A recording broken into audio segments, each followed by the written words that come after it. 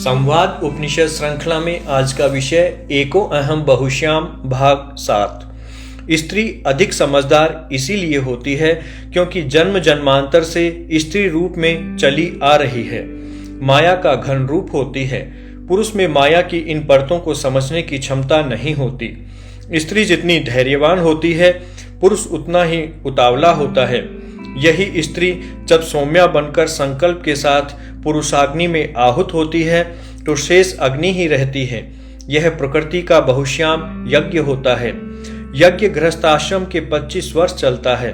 इसके उपकरण होते हैं श्रद्धा, स्नेह, वात्सल्य और प्रेम, यानी दाम्पत्य रति।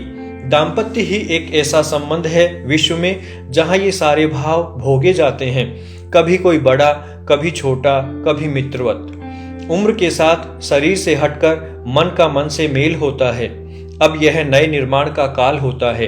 एक ओर संतान के सहारे परिवार का निर्माण तथा दूसरी ओर दाम्पत्य रति के माध्यम से पति की प्रतिमा का निर्माण। माया का यह कार्य ब्रह्म नहीं कर सकता। हालांकि स्त्री के भीतर भी ब्रह्म है और पुरुष के भीतर भी माया है। पुरुष स्त्री के स्वभाव को आत्मसात करके निभाने को तैयार नहीं हो पाता। स्त्री तो पुरुष के साथ समन्वय भी कर लेती है, उसे वश में करके स्त्रैण बनाने का कार्य भी करती है। पुरुष पर चढ़े अविद्या के तमस के आवरणों को हटाने में सहायक बनती है। पुरुष के चित्त में ऐसा कोई बोध दिखाई नहीं पड़ता। जीवन में निर्माण का यह एक पक्षीय क्रम बना रहता है। आज हमारे शास्त्रों में पुरुष को नर का और स्त्री को नारी का पर्याय बना दिया है। अतः इनके अर्थ न केवल मिथ्यावादी हैं बल्कि समाज को भ्रमित भी कर रहे हैं। नर नारी तो शरीर की संज्ञा है। पुरुष और प्रकृति आत्मा के धातु रूप हैं, शरीर को चलाने वाले हैं, शरीर में रहने वाले हैं। अच्छा होगा यदि समय रहते हम अपने शास्त्रों की व्याख्या में उचित सुधार कर लें। महिला दिवस। आज संपूर्ण विश्व महिला दिवस बना रहा है। महिला को पुरुष से अलग करके देखे जाने का उत्सव है। महिलाएं सशक्तिकरण की मांग किससे कर रही हैं? पुरुष से ही तो। उसको अलग करके शक्ति किसकी बनना है? पुरुष की तरह क्या महिला भी अर्धनारीश्वर नहीं है? क्या मानव की मादा का नाम महिला है? किस प्राणी के मादा नहीं होती? महिला की संज्ञा तो पहले ही शक्ति है। चूंकि वह नारीत्व के इस शक्ति स्वरूप को भूल बैठी, अतः प्रकृति की इस मार को सहन नहीं कर पा रही है। वह अपने भीतर की स्त्री को भूल बैठी है। शिक्षा ने उसे शरीर और बुद्धि तक ही ठहरा दिया है। उच्च शिक्षा ने उसकी संवेदनशीलता, प्रेम और वात्सल्य, धैर्य एवं सहनशीलता जैसे गुण छीन लिए हैं। शिक्षित होने के बाद उसके पास एक ही विकल्प बचा है, लड़कों की तरह जीना, लड़कों की तरह सोचना, लड़कियों की प्राकृतिक जीवन शैली से दूर होकर जीना। शादी, परिवार आदि क्षेत्रों में पश्चिम की जीवन शैली की नकल करना। जो वहां की महिलाएं आज भोग रही हैं, उन्हीं परिणामों को भोगने की तैयारी करते जाना। प्रकृति ने नर नारी में भेद नहीं किया, केवल शरीर भिन्न दिए ताकि एक दूसरे के पूरक बन सकें। अग्नि सोमात्मक जगत की यज्ञ के द्वारा सृष्टि कर सके। आत्मा के स्तर पर दोनों भिन्न नहीं हैं। कृष्ण का गीता में उद्घोष है, ममे वांसो जीव लोके, जीव भूत सनातन है। सभी जीव उसी के अंश से उत्पन्न होते हैं।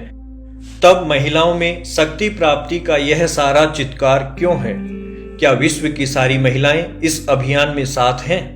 80 के दशक के शुरू में मैंने अमेरिका में वुमेन्स लीप का अभियान भी देखा है।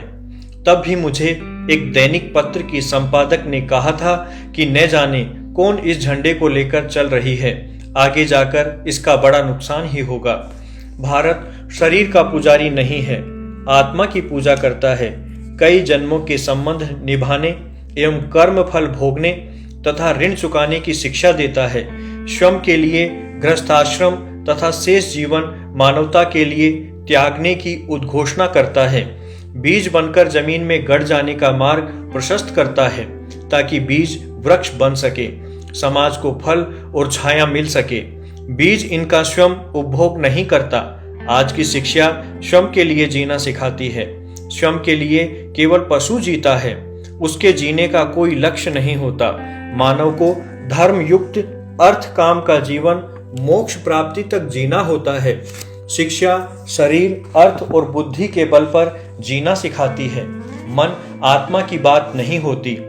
अतः जीवन की अपूर्णता का मार्ग खोलती है। शिक्षा का उद्देश्य अच्छे इंसान तैयार करना था, यह कार्य तो बंद ही हो गया।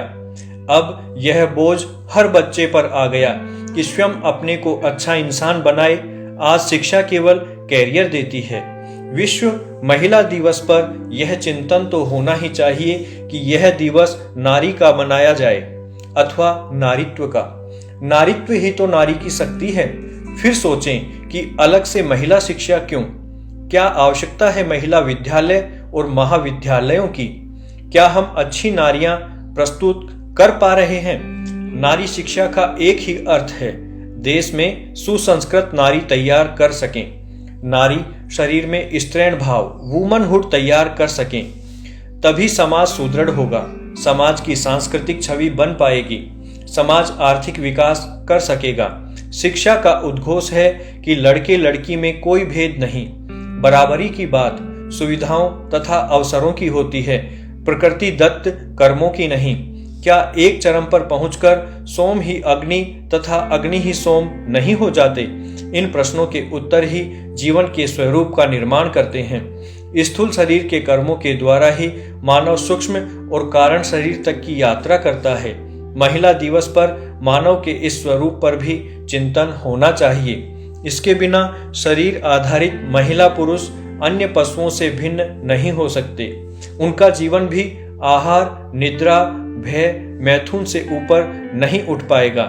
हमारी भी पशुओं की तरह जैविक असंस्कारित संतानें होंगी। मानव शरीर का उपयोग पशु जैसा ही होगा। महिला चाहे तो स्त्रैण वुमनहुड बनकर विश्व की संस्कृति एक ही पीढ़ी में बदल सकती है।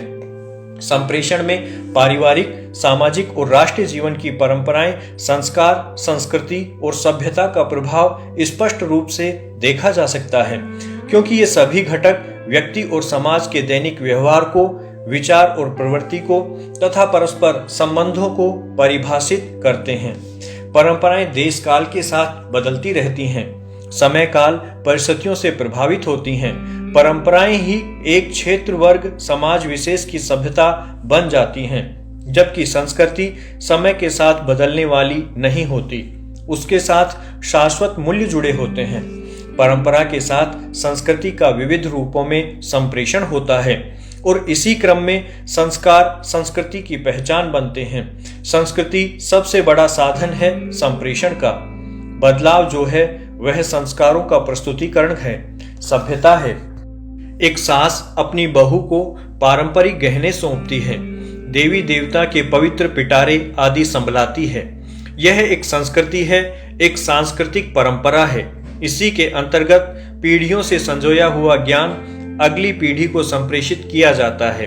इस प्रकार संस्कृति जीवन का अंश है, एक मूल्यपरक व्यवस्था है जिसका संबंध प्रकृति से भी जुड़ा है।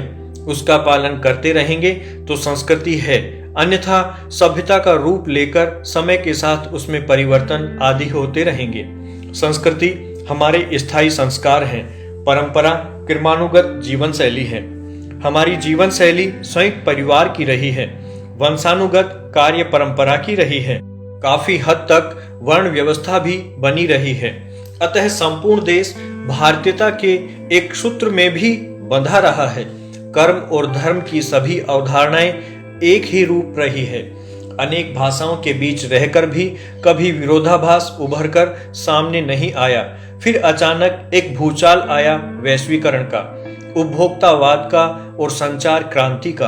पूरा देश, विशेषकर शिक्षित वर्ग, रातों रात रूपांतरित होने को लालायित हो उठा।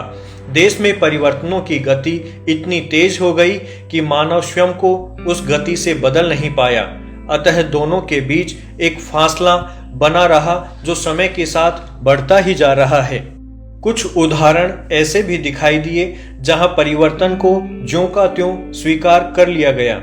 व्यक्ति पुराने धरातल को छोड़कर सीधा वैश्विक धरातल पर आ गया, अपने हानि लाभ का भी विचार नहीं किया।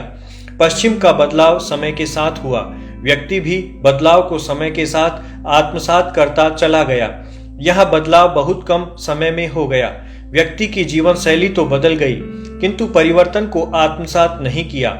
परिवर्तन उसके व्यक्तित्व का अंग भी नहीं बन पाया। उसके सही गलत के भेद का भी आकलन नहीं हुआ।